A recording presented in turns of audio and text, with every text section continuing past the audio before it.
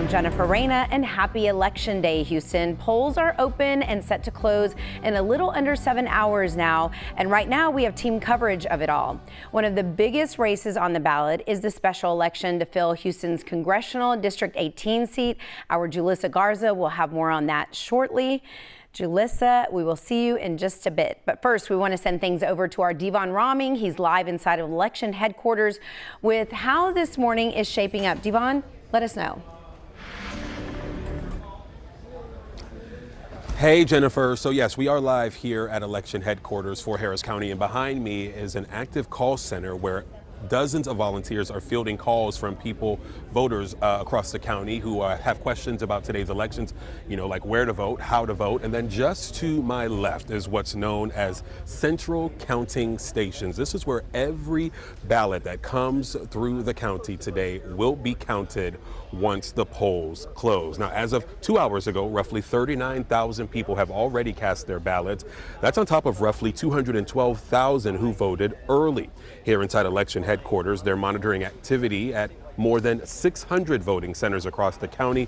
And as for any issues, well, so far, no major issues have been reported that tech staff haven't already addressed. Right now, the only issue is having more voters get out to the polls to actually cast their ballot. These are local elections. They meet you at your doorstep. And I know there's a lot of attention on larger election years, but we really want to get the message across that there are very important measures on this ballot. Issues have been reported. Officials remind voters. Now, the clerk's office tells us with 2.5 million registered voters in Harris County, there's still plenty of opportunity for turnout to grow before the polls close at 7 tonight. Voters are deciding on 17 different propositions, along with several key local races. And a couple reminders for folks out there. Officials are reminding voters to leave cell phones behind once they're within 100 feet of the voting area. And if you've received a mail-in ballot but don't think it will make it back in time, you can surrender it at any voting center and cast a regular ballot or drop it off at 1019 Congress in downtown Houston. Now, back here live at the election headquarters. Again, polls are expected to close at 7 o'clock.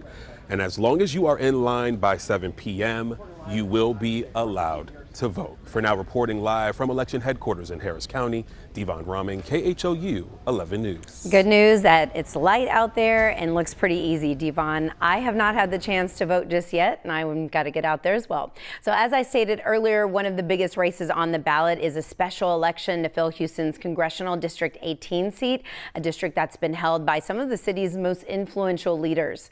KHOU 11's Julissa Garza is live at the Acres Homes Multi-Service Center. And Julissa, this district has a long history of trailblazers. Hey, Jen, good afternoon. That is absolutely right. When we look historically at who has led this district in this congressional seat, we're talking about the late Sheila Jackson Lee, as well as the late Sylvester Turner, who was the former mayor of the city of Houston. And today, voters here in District 18 will be deciding on who of the 16 candidates will step into that legacy next. This is a district definitely that has cemented itself in Houston's political past and Houston's political future. 16 candidates are hoping to be the one voters pick to lead the 18th district. The University of Houston Hobby School poll from October shows a tight competitive race. Christian Menifee leading with 27%, Amanda Edwards at 23%, and Jolanda Jones at 15%. With a lot of candidates on the ballot, hard campaigning, and lots of money raised, experts like our KHOU 11 political analyst Brandon Rottinghouse say a runoff is very possible here. This is a race that's attracted a lot of good candidates, people who've run before, people who can raise money. We're seeing a lot of money spent on this. We've seen a lot of campaignings. Regardless, voters are ready to have their voice heard. So we really need a great representative to replace a great person who passed away. And District 18 is also a historical district. We're filling a seat that's been vacant for nearly 18 months at this point, and for me, this is an opportunity to select a whole new generation of leadership. And they have this reminder for every eligible voter, whether they live in District 18 or not.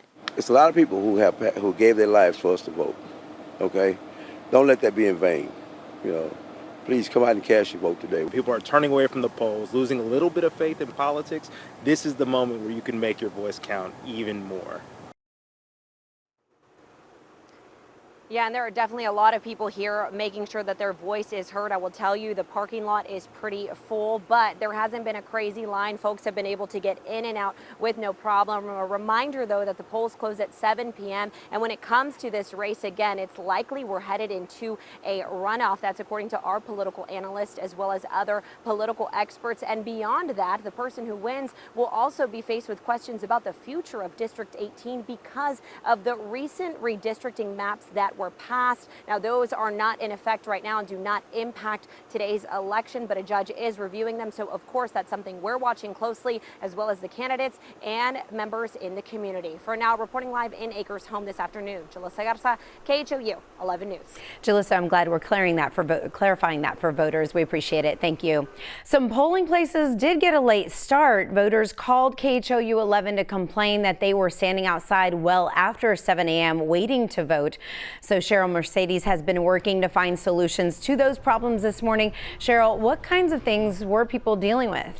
Well, Jen, we heard from a couple of people online, and many of those issues were quickly resolved. The Fort Bend County Elections Commissioner told me Bowie Middle School opened late this morning because the electronic voting books, that's where you sign in and register your name, well, they wouldn't boot up.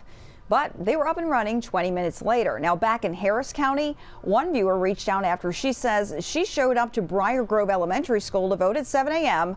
only to come across an error screen on 2 machines. An hour later, she said poll workers were still working on the issue, so she left. The good news, she did return to meet up with us and did cast her ballot. This is unbelievable that it's our right to vote and the machines aren't even ready. That's what I say. So are you happy you came back? Oh, I'm excited. Number one, to prove that I'm going to vote, whether they liked it or not. I'm a woman that says I'm going to get it done, and I get it done. And today she did. I reached out to Harris County about this issue, and a spokesperson told me a paper jam caused an issue with one of the machines. She tells me she is looking into what may have happened beyond that. We'll keep monitoring any other issues and be sure to let you know when we find a solution. Jen, back to you. Thank you, Cheryl. We appreciate that. And if you are headed to the polls today, be sure to familiarize yourself with your ballot before you go. It's a long one. Text VOTE to 713-526-1111 and we'll text you back with our KHOU 11 voter guide to help you out. And tonight, KHOU 11 is your election headquarters. We'll have live streaming coverage as soon as the polls close, starting at 7 o'clock, bringing you results live as they come in throughout the night. If you're watching on your phone right now, you can download the KHOU 11 Plus app on your smart TV and watch for free.